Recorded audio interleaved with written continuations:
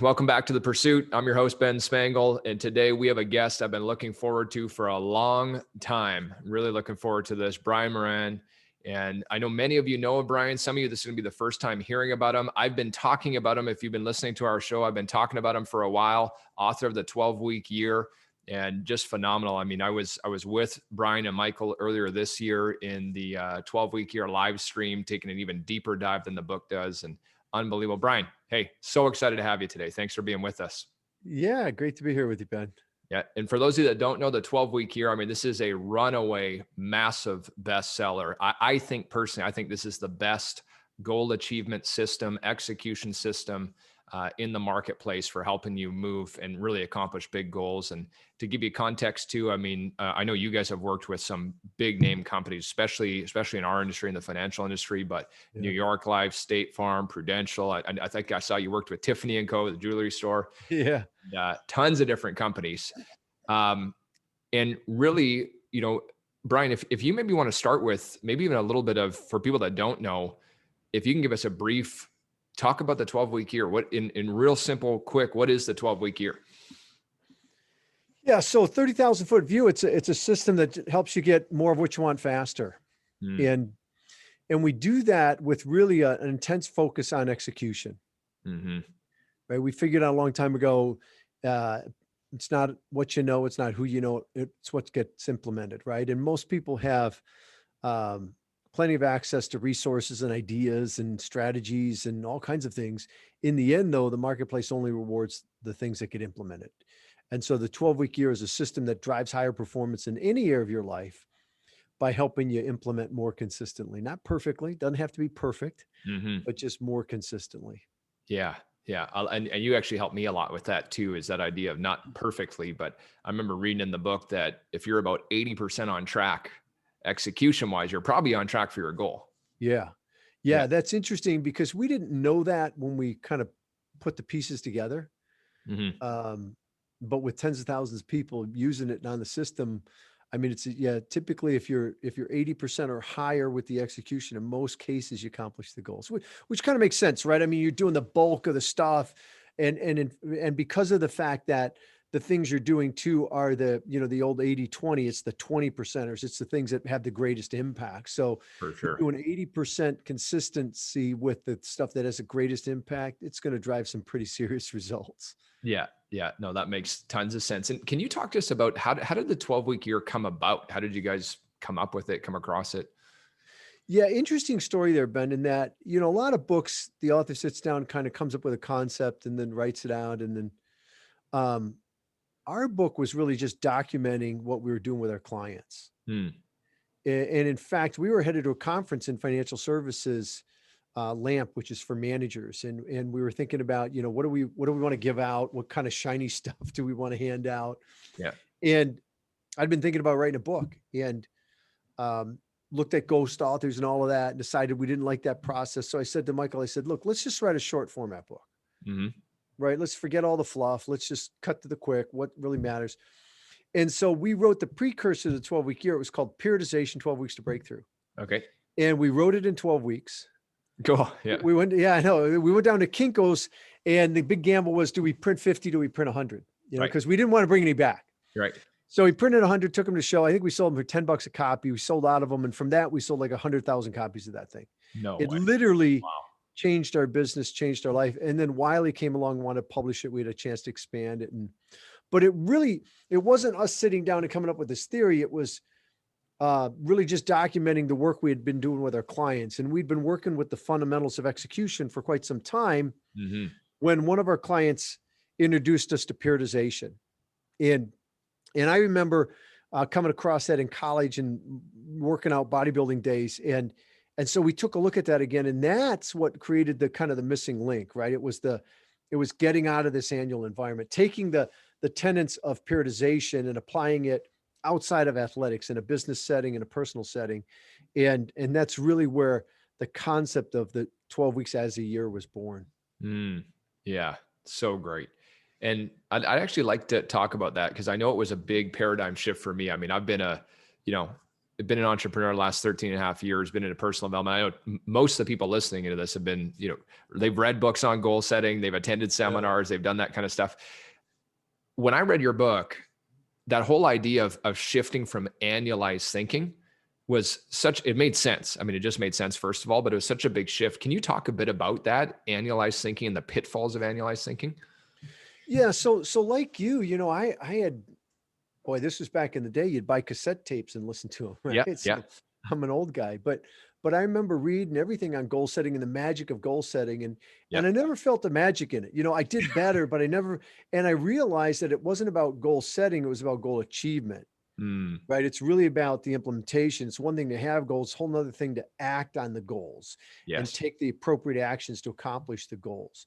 And so as we were working with clients around that, as we were kind of applying that in our own business and our own life, we found that the annual goal setting process, although it had benefits, right? You're better off with annual goals than no goals. You're better off with an annual plan than no plan. There were drawbacks with it. And so that's when we came across periodization and said, this can change that for us, because we recognize, hey, we got to get out of the annual environment, really not knowing how to do it. But no one had ever even questioned it, right? It's just by default, that's the way people operate, set annual goals, annual plans, break them down. And even in big companies, they were quarterly, but a quarter is part of a whole. It's 1/4 of a whole. Yeah. So with that, there's this mindset that if I'm behind earlier in the year, it's no big deal, right? Because I've got all this time to catch up.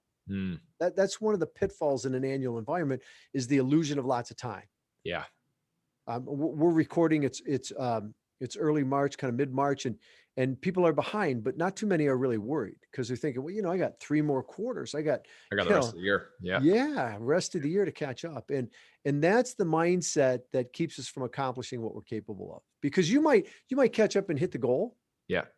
But you can't make up lost capacity that you left on the table last week, last month, 3 months ago. And honestly, Ben, that's the difference between where people are performing what they're capable of. It's not about working harder and longer. It's about capturing that capacity and just acting more consistently on it. Yeah. Yeah. It's so good. And I think that for so many people, exactly what you just said, everyone, especially if you're in a goal setting, you set your goals the end of December, you're excited for the year. It's like getting into the gym almost. You're working towards for the first few weeks, and you start to drift on your habits, right? Yep.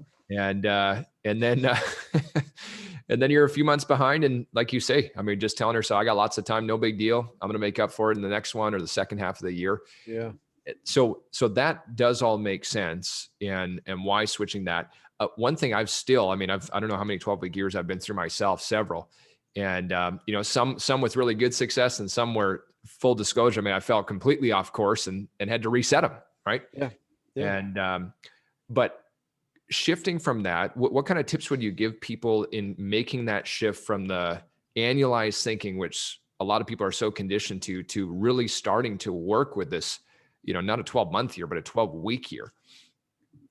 Yeah. The first is, it won't be like you already alluded. It's not like flipping a switch, because everything they've done is annualized, and more than likely their company's still annualized. If they're in sales, the reward programs are annualized. Absolutely.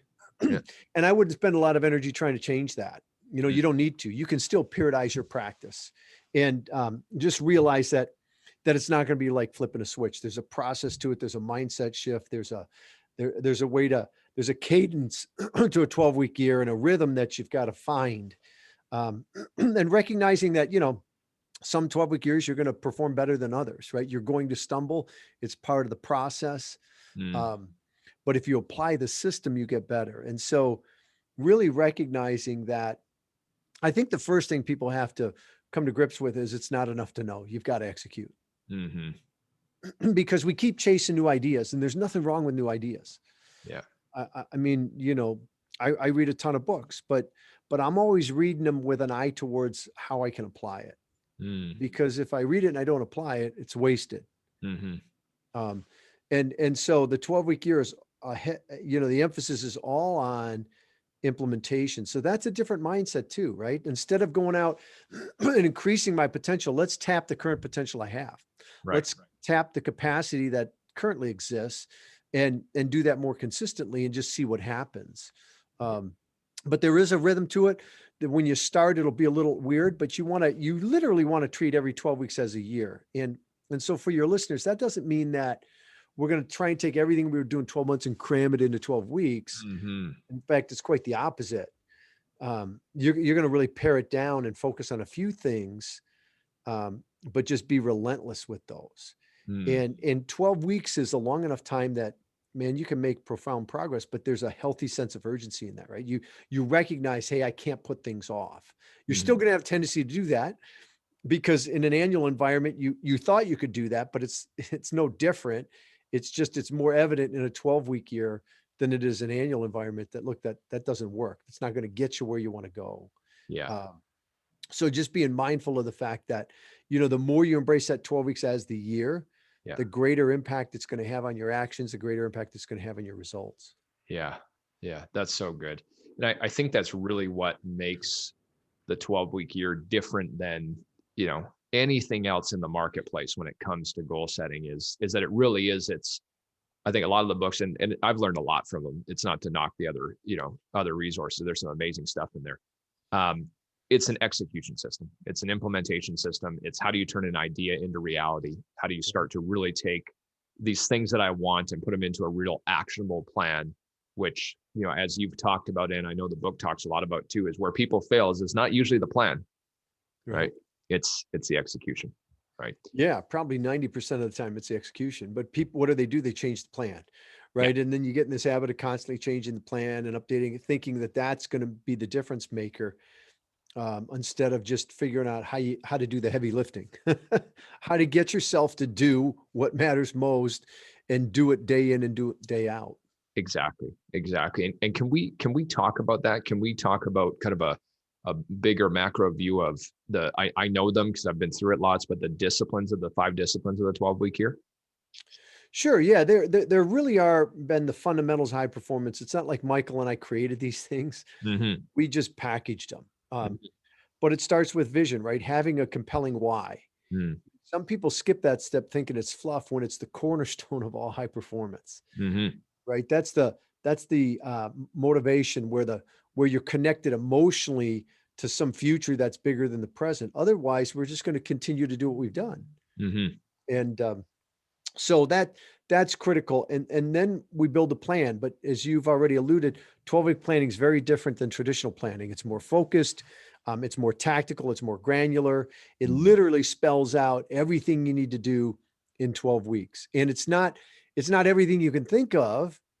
Again, it's the critical few, the least number of things that it takes to accomplish the goals. So again, it's all about this focus where you're not spread over a ton of tasks, which results in diffusion and overwhelm and stagnation, right? What we want to do is we want to build some momentum, build some confidence, start to feel that rhythm, and work on the things that really matter. And then there's process that we insert. So we've got this compelling vision. We've got a really tactical, granular plan. Still not enough, right? We've got to execute that daily. So that's where process control comes in. Tools and events that we insert into the environment so that you're not just relying on personal discipline.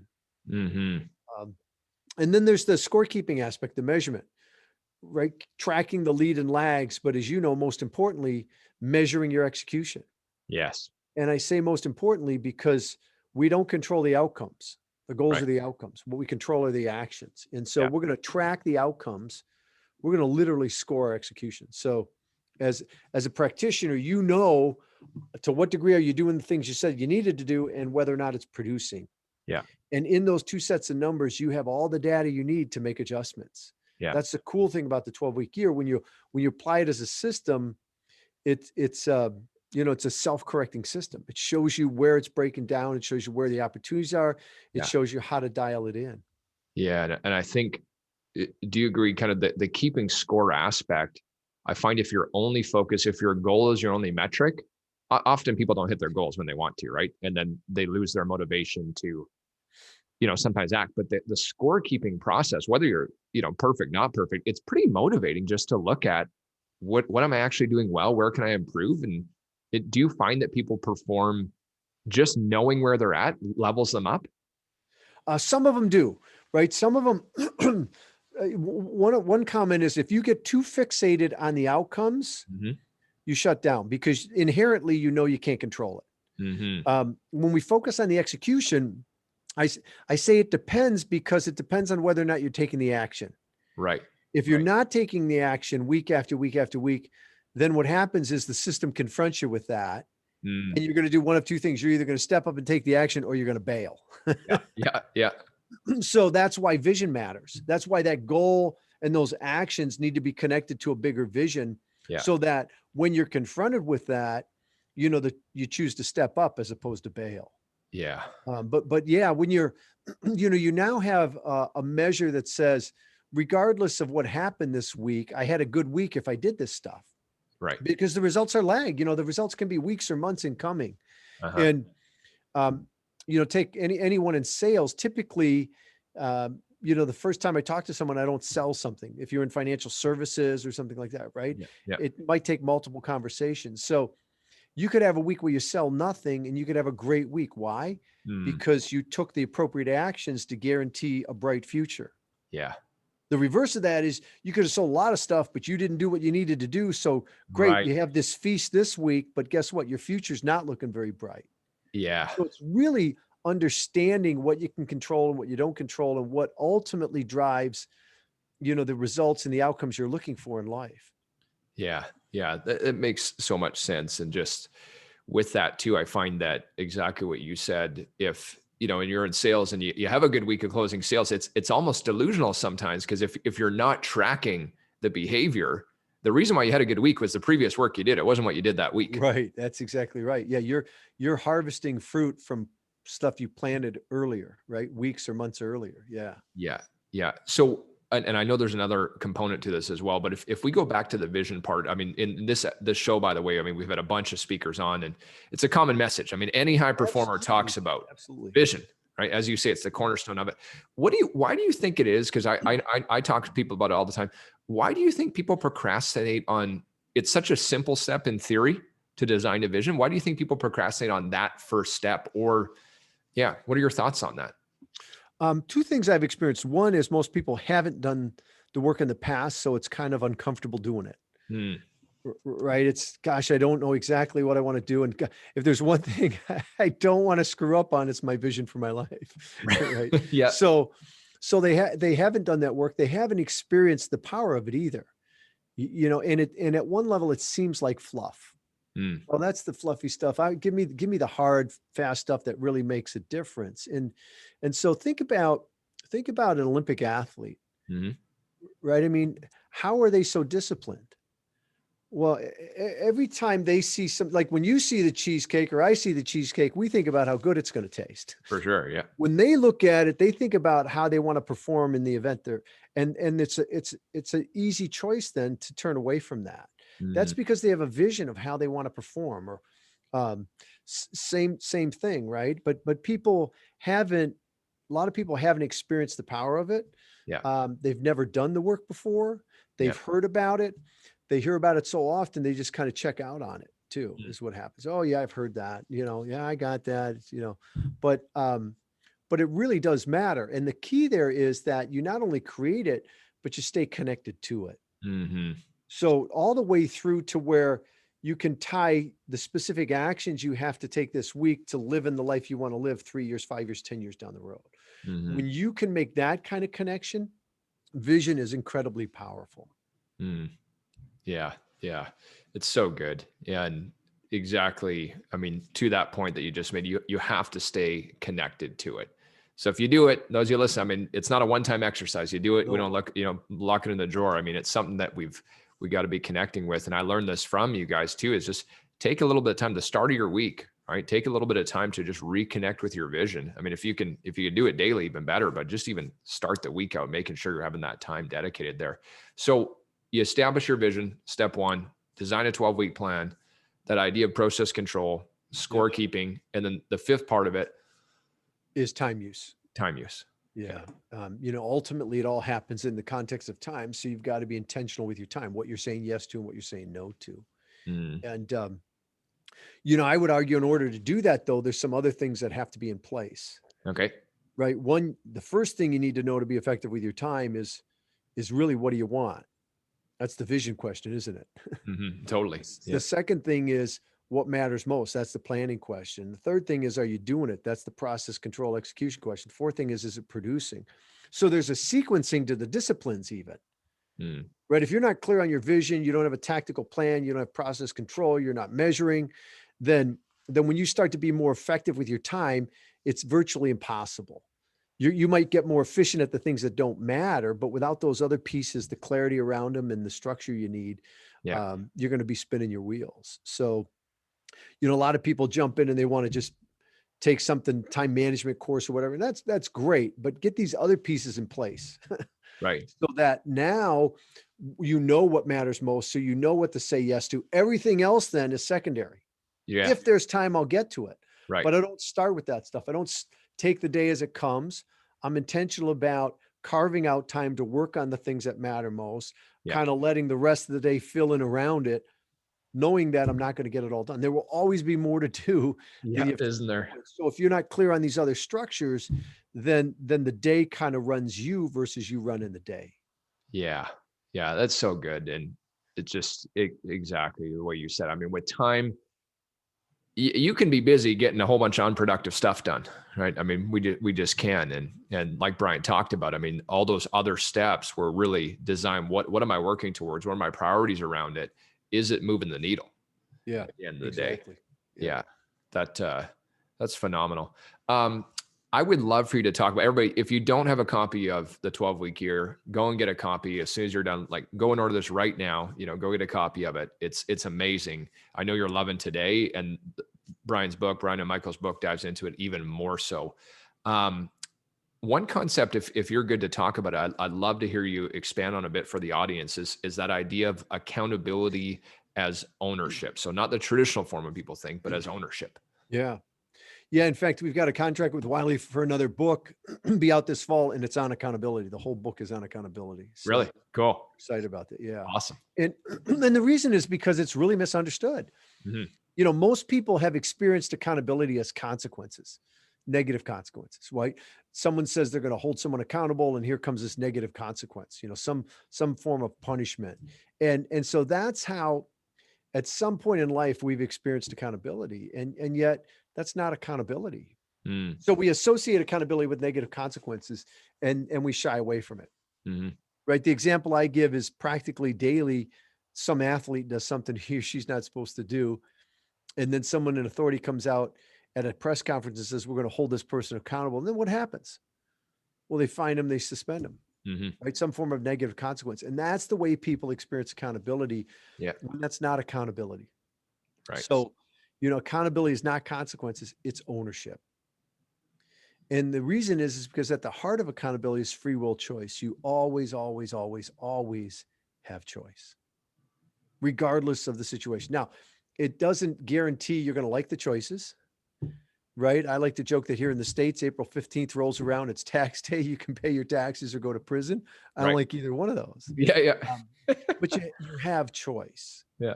And that's really at the heart of accountability, recognizing that I have choice. Now, I might not have the choices you have, right? I might look at you and go, gosh, I wish I had the choices Ben has. I might not have those choices, but I have choice. And how I respond and the choices that I do make shapes my future choices. And ultimately creates the consequences I experience in life.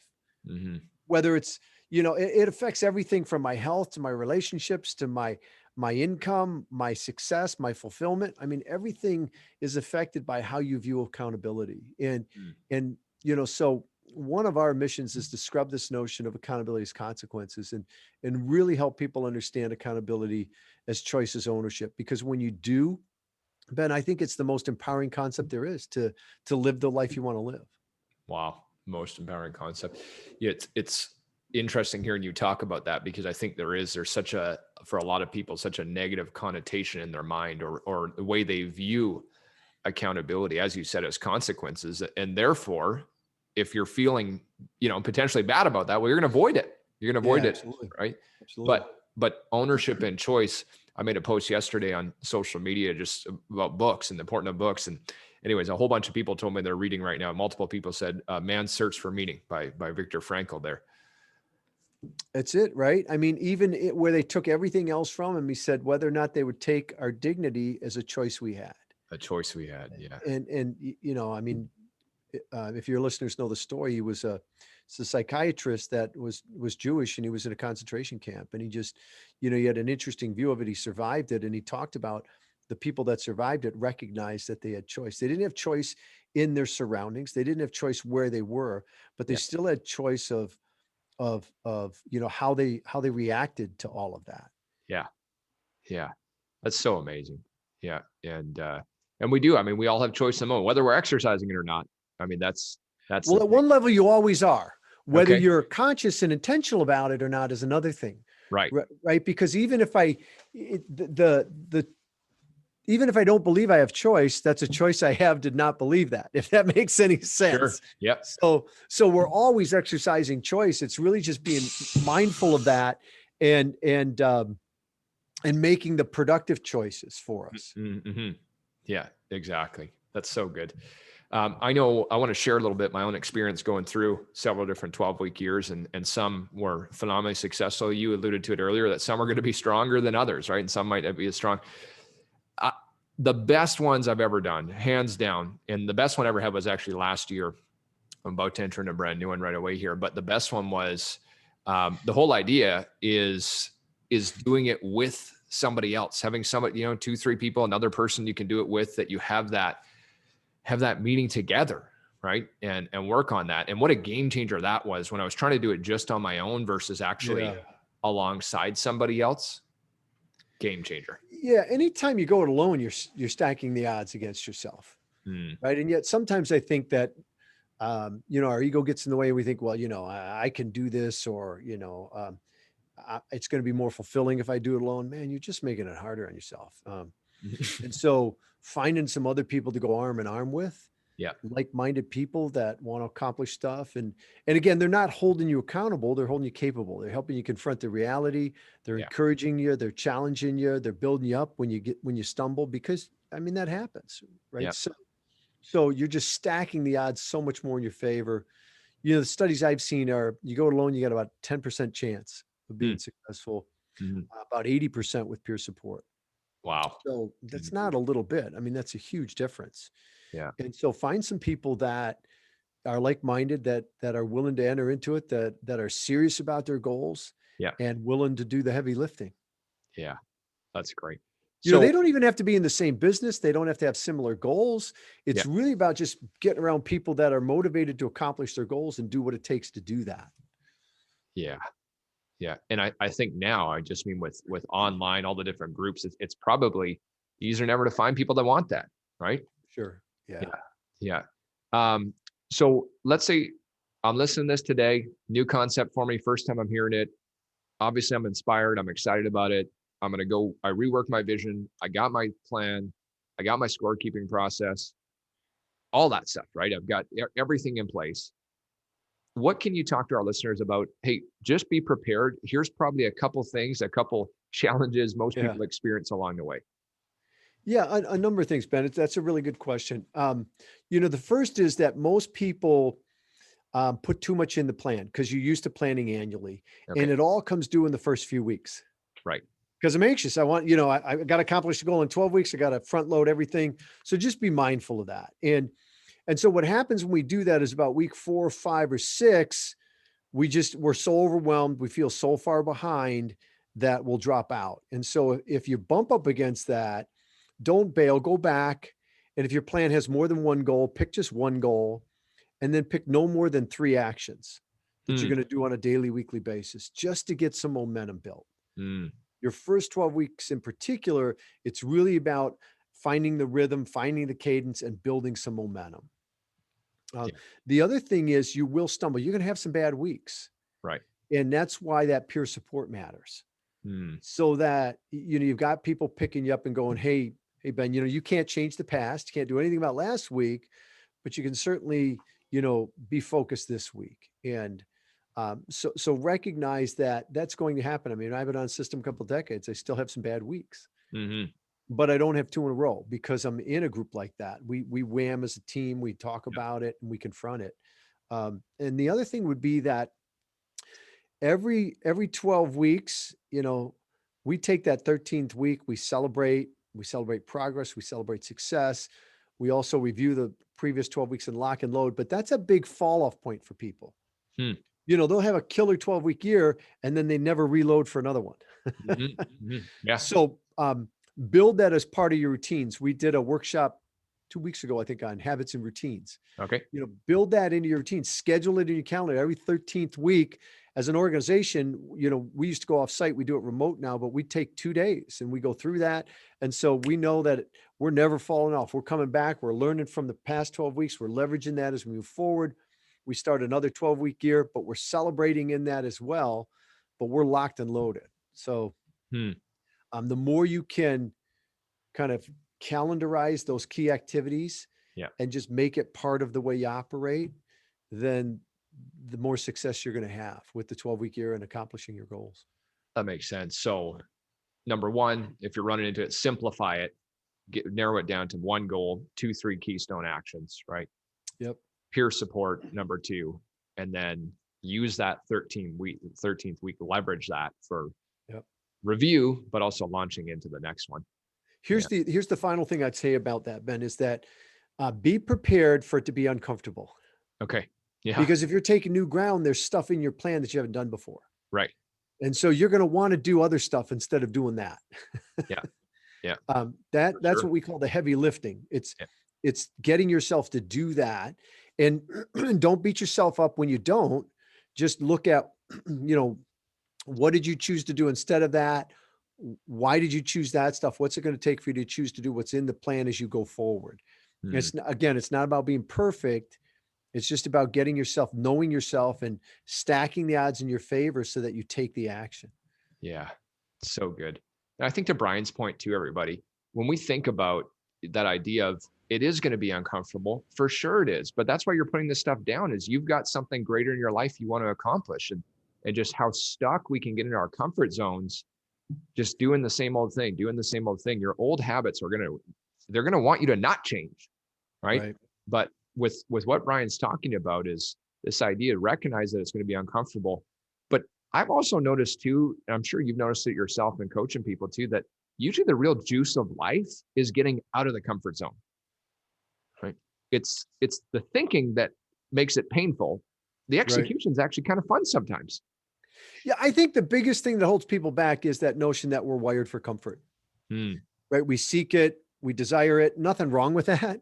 But in terms of you accomplishing great things, that's not your friend. So you have to understand that and recognize that that's just our tendency. And so how we overcome that is we make choices in the moment that say, okay, and we stack things in our favor, like having some other people go along on the journey with us, using a plan, using the software that we have, or using whatever tools you have to support the process, and beginning to shift the mindset so that, as you say, so that the execution becomes exciting. It becomes fun. I realize that, look, the first few times I'm going to do this, I'm probably not going to be very good at it because it's new, which means I'm not going to have a lot of confidence, right? Confidence comes from competence. So what do I need? I need reps. I just need to do it again and again and again. And so kind of leaning into that as opposed to leaning away from it. Yeah. Yeah. That's wonderful. And I think everybody too, just again, with what Brian's saying as well, is give up the notion of perfection. I know Brian brought that up earlier. It's not about perfection. Just dive into it. Be okay to fall down a bit, right? It's a learning experience. And Brian, I've loved this. I mean, this is awesome. As I said, I've been a fan of yours for a long time. Love it. I've loved what it's made, the difference it's made in my own life. Looking forward to more and more of these. Looking forward to doing some work together too, which will be great. Awesome. There's a whole bunch of other things I want to talk to you about, but I want people to get the book. I want people to get into your work. So we're not going to dive into that today. Everybody, again, get a copy of the book. In terms of connecting with you, I think your guys' website's probably best resource. Is that right? Yeah. 12weekyear.com. Okay. And you can go to 12weekyear.com/getting started. Okay. And we have a free getting started course too, which will be a series of emails. It'll walk you through the vision, the planning, give you some sample plans, some of that stuff.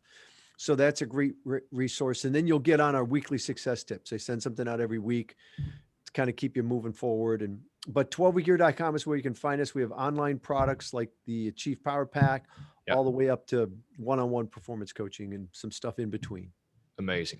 12weekyear.com and then / getting started for the resource. And there's some really good resources there, guys. I mean, I've been to some of that stuff and it's phenomenal and they give it to you, right? I mean, it's amazing. So no reason to not check that out. Hey, question for you. I know you're big into reading, big time personal development. I love asking my guests this, and I'm curious to hear what yours. What would you say? I'm sure there's lots, but what are 3 of the biggest books that have influenced your life? Your favorite books? Wow, 3 of them. I'll give you one that's top of mind, and it's been a favorite of mine for years, which is "Feel the Fear and Do It Anyways" by Susan Jeffers. And I know for a while that was out of print. I think it's back in print though. Okay.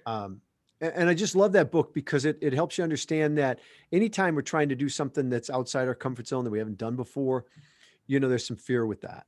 And it doesn't matter how successful you are, because I think there's this tendency to look at people that are doing it or more successful than we are and go, oh, they're fearless. Well, they're not. They're wired just like you are. They just didn't let that fear stop them. And so she gives you these some tips on how to move through that and lean into that. It's one of my favorite books. It really is. It's a pretty short read as well. Yeah, it's a great one. Yeah. I'm due for a reread on that. Thank you for the reminder on that. For sure. Yeah. Hey, Brian, appreciate your time. This has been awesome. Any closing remarks for the audience here? Things that you would want them walking away? Last kind of thoughts? Yeah, there's this concept we talk about greatness in the moment in our book, and that's really this notion that all we have is right now. Right? That's where life is lived. 2 minutes ago is the past. It exists as a memory. The future's not here yet. Your future's actually being created right now in the moment, and that's also where greatness is created. It's not sometime in the future. It's not when your income's at a certain level and your relationships look a certain way. The truth is you're either great in the moment or you're not. Either way, that's reflected in your future. And I think as you grasp that concept, again, it's a very encouraging concept because it says, I don't have to wait. In fact, if I'm waiting, I'm probably never going to get there. So, pick up the book, get the Getting Started course. Don't wait, get started, jump in, live the life you're really capable of. Don't settle for anything less than the life you're truly capable of. Amazing. I love that. So incredible. Hey, everybody. I know you love this. Connect with Brian and Michael. Get to the 12weekyear.com. Get a copy of the book. Get in touch with them for sure. I mean, amazing resources. Make sure you share this episode with people. Share it with at least one person. Make sure you do that. Connect with me on Instagram at Ben Spangle. And then as always, hey, if you're not subscribed to the show, subscribe to the show. We want to bring maximum value, unbelievable guests like Brian to this. So we appreciate you. Brian, hey, thanks so much for spending some time with everybody. I know this was big time value and the work you guys are doing. I know you know this, but I seriously, I'm speaking from me personally. You guys are changing a lot of lives and mine's been one of them. I've had many friends that I've worked with on this stuff too and business partners, and you guys are making a big difference in the work you're doing. Appreciate that. That's why we do it. So it's good to hear it. It's awesome. Okay. Bye everybody. We'll see you soon.